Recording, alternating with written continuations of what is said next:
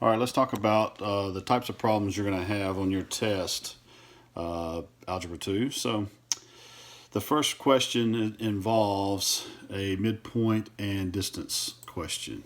Okay, now if you're finding the distance, let's say I'm on page 659, 669 at the bottom of the page, section 9.1, review and examples. We've got the point -6, -5. And the other point is 2, -3. All right, the distance then is the square root of -6 minus 2, which is -8, and I square it, plus -5 minus -3, that's -2 squared, that's 64, plus 4 is the square root of 68. You can leave it in that form. You can put it in this form, or you can put it in decimal form. I don't care. In my opinion, this form is the best form to keep it in, and I'll tell you why. Because when you use the distance formula when you're doing conic sections, you typically have to square that distance. Like in the case of the a squared plus c squared equals to a squared minus b squared in the ellipse. C squared equals to a squared plus b squared in the hyperbola. And then in the equation for a circle, when you square the radius, you would get, if this is the radius, then you would just square it, you'd get 68. So I typically just leave it in this form. Midpoint, add the two x coordinates. -6 plus 2 is -4, and divided by 2 is -2. Add the two y coordinates. -5 plus -3 is -8. -8 divided by 2 is -4. That would be the midpoint. Now on the test, I want you to skip questions 2 and 3. Skip questions 2 and 3. Okay, now another thing I want you to do is when you take the test, page 668 will be a great resource for you to take the test. It's got all the equations on there. Okay, so I recommend that you have your textbook open to page 668 when you are taking this test. All right, I'm going to look at page 670 and look at some equations or some problems from that section. We have a question, like question number 9. We've got x squared equals to 16y. X squared equals to 16y. Now we need to find the focus, directrix, and axis of symmetry of this parabola.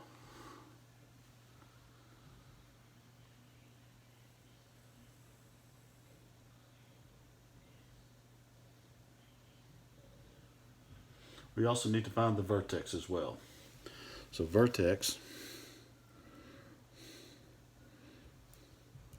that's at 0, 0. We need the focus, directrix, and axis of symmetry.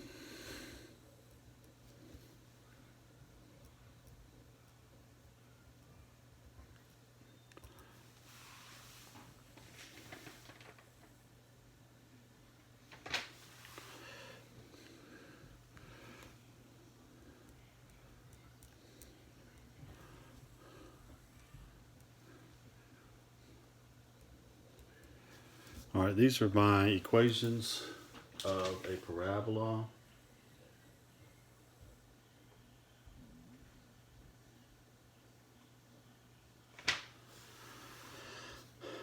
This is the vertical orientation.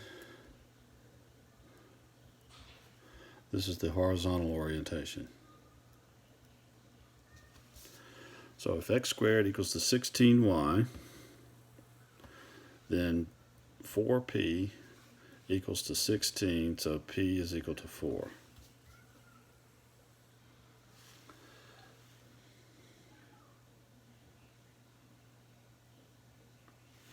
if p is equal to 4, then my focus, p is positive, is 0, 4. My directrix is y equals negative 4. And the axis of symmetry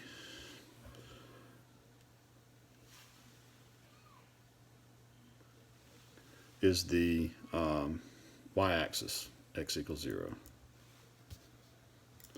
That's how you do that problem.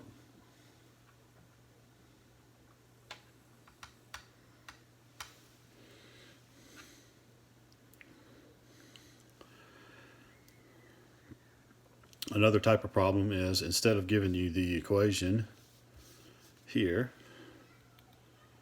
I give you some of this information. Like, for example, what if I give you the vertex is at 0, 0, and the focus is at 3, 0.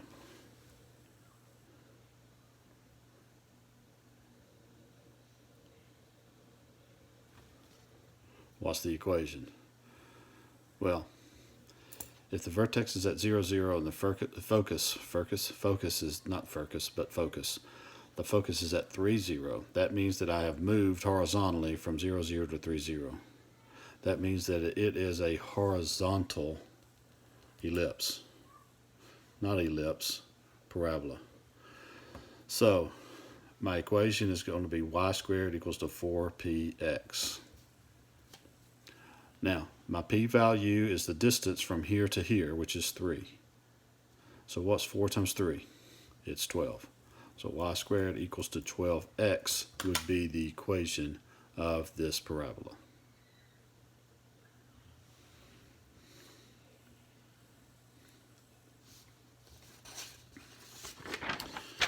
All right, the second types of questions involve circles.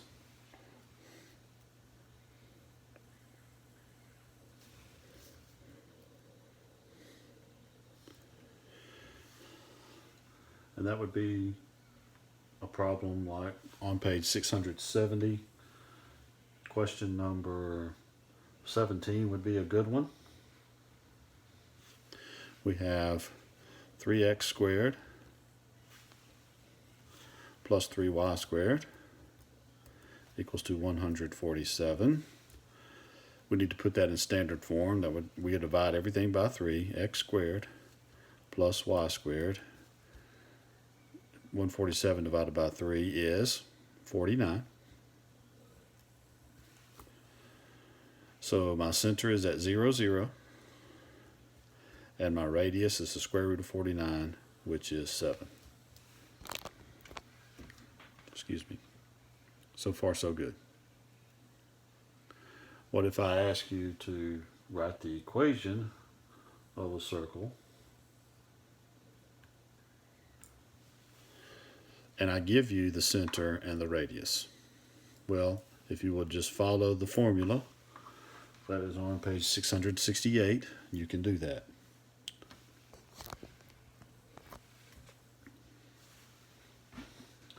Ellipses.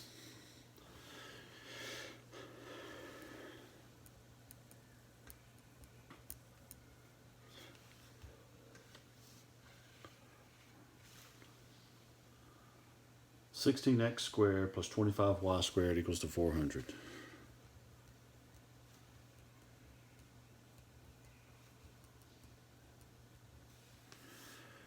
To put it in standard form, divide everything by 400.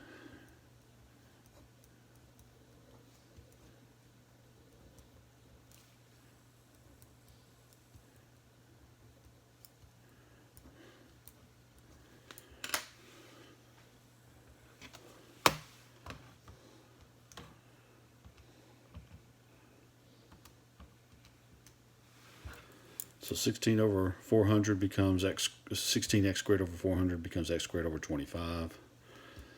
25 y squared over 400 becomes y squared over 16. Now notice that my larger number is under my x. Now also remember that the relationship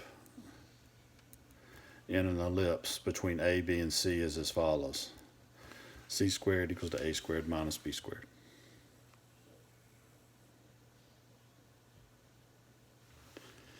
My a squared is 25. Therefore, a is 5. My b squared is 16. Therefore, b is 4. My c squared is 9, right? Because 25 minus 16 is 9. Therefore, c is 3. Now, once you put it in standard form, you need to find the center. That's 0, 0. You need to find vertices, co-vertices, and foci. All right, vertices are the endpoints on the major axis. Since that's horizontal, the vertices are going to be at 5, 0, and negative 5, 0. Co-vertices are going to be at 0, 4, and 0, negative 4. The foci are on the major axis, and the foci are c units from the center, so 0, 3, and 0, negative 3. Vertices, co-vertices, and foci.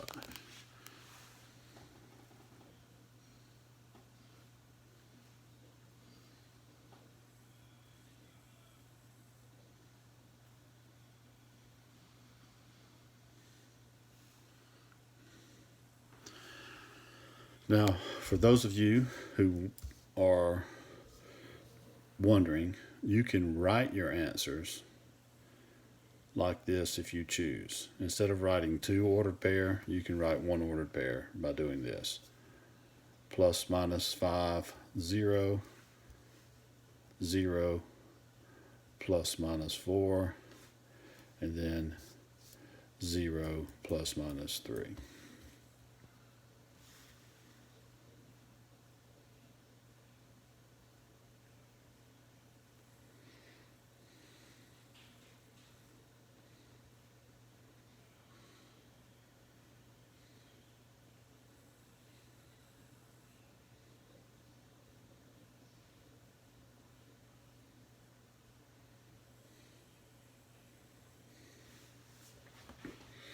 For hyperbolas,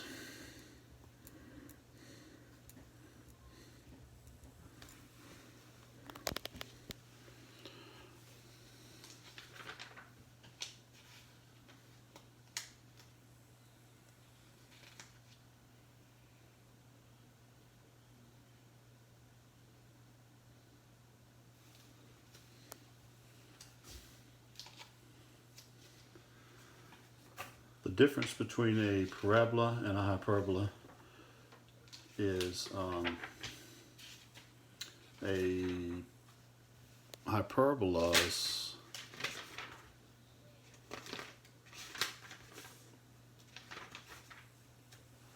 the relationship between a, b, and c, instead of c squared equals to a squared minus b squared, in a hyperbola it's c squared equals to a squared plus b squared.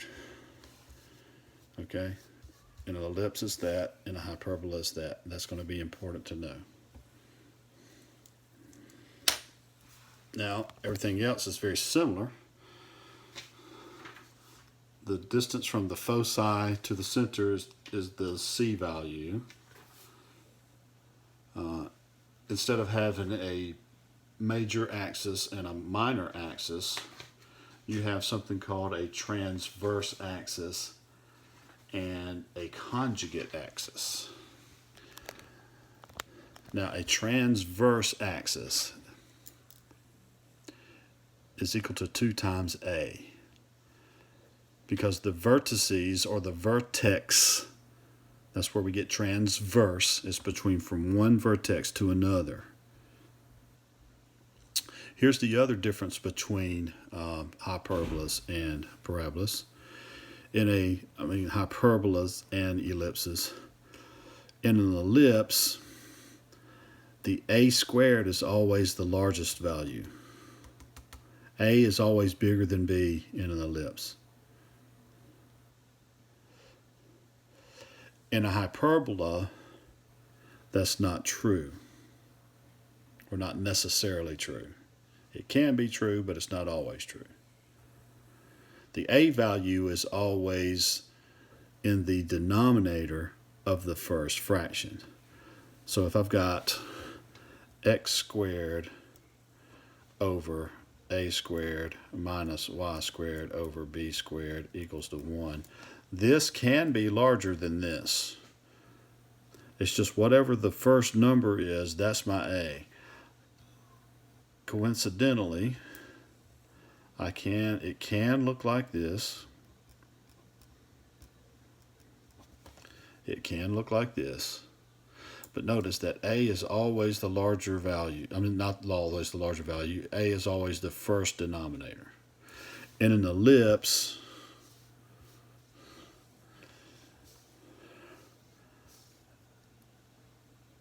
a is not always underneath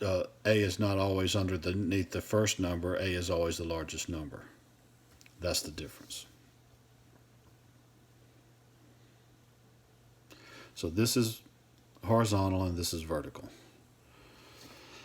Now, with an example of a hyperbola, let's look at section 4. That would be, section 5, I should say. I've got an equation of a hyperbola, 9x squared minus y squared equals to 9. 9x squared minus y squared equals to 9. Divide everything by 9. I get x squared over 9 minus y squared. That should be x squared over 1, sorry. Y squared over 9 equals to 1. Okay, so a squared is 1. B squared is 9. C squared then is the square root of 10. So my center is at 0, 0. My vertices, I have 2 of them. My vertices are 0 plus 1 and 0 minus 1, 0.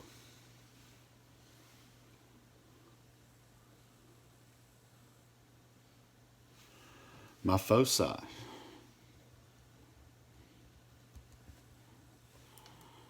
my c value, if c squared is 10, then c is the square root of 10. I should not have put a square root of 10 there. That's my fault. So foci are at positive, negative, square root of 10, 0. Asymptotes.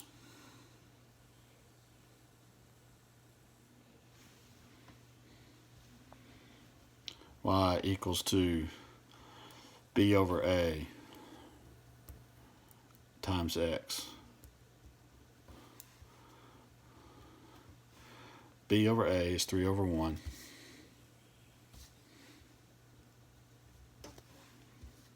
And that's how I do that.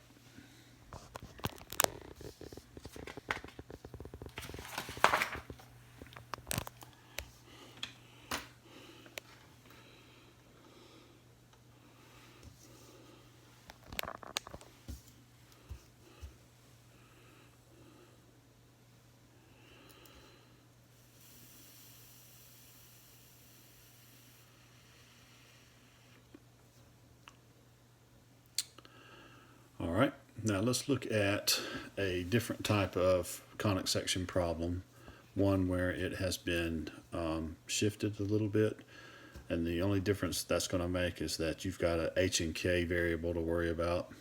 So let's look at an example from your textbook, say like a question number,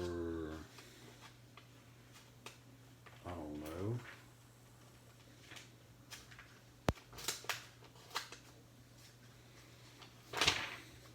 let's look at the practice test at the end of the chapter. This will be a good idea.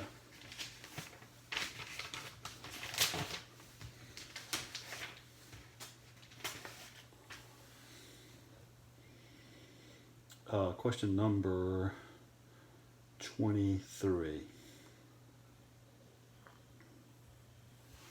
We have a hyperbola.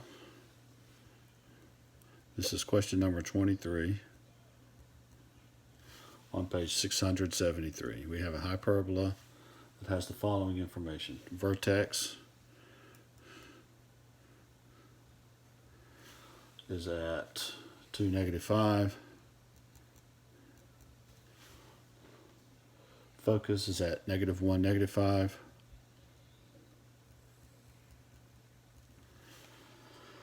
And the center is at 5, -5.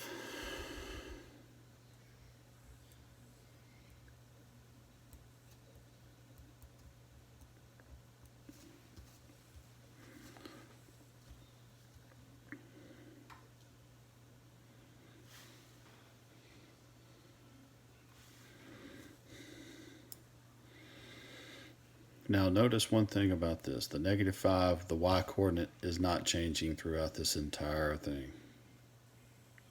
Only the x is changing. See that? If only the x is changing, that means that it is a horizontal hyperbola.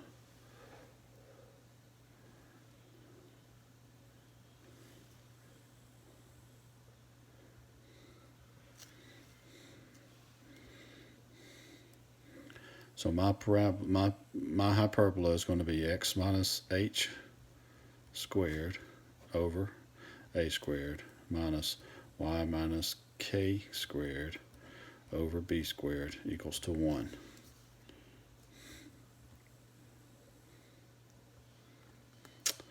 My center is at 5, -5, so I know this much. X minus 5 squared minus y plus 5 squared equals to 1. Now the distance from the vertex to the from the center to the focus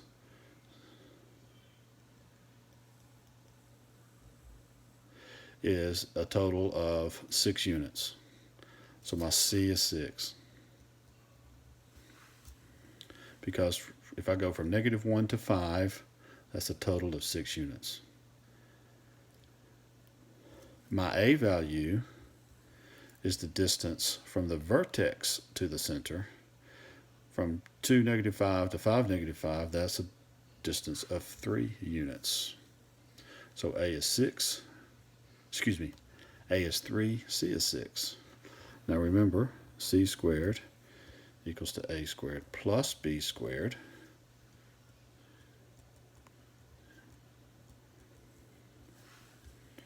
That would be accurate, right? So 36